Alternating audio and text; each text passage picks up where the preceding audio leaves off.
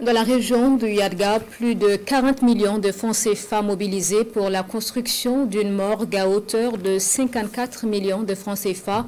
L'initiative est portée par la radio La Voix du Paysan au profit du centre hospitalier régional de Waiguia.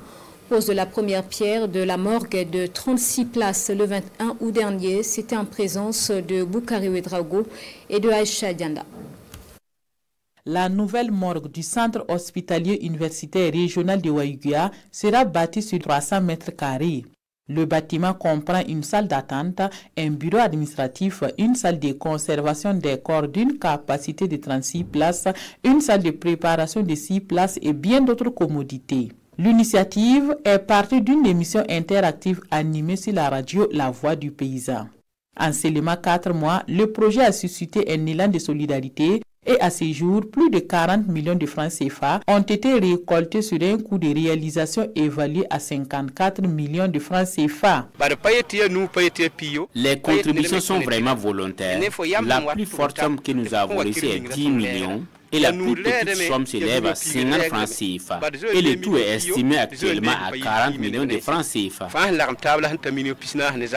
Plus qu'un simple bâtiment, cette morgue symbolise la force de l'union et la capacité des populations à agir en synergie. Vous savez même qu'il y a quelques 2 années, on a connu des périodes de canicule où on a constaté une forte fréquentation de l'hôpital, avec aussi malheureusement ses conséquences liées au décès.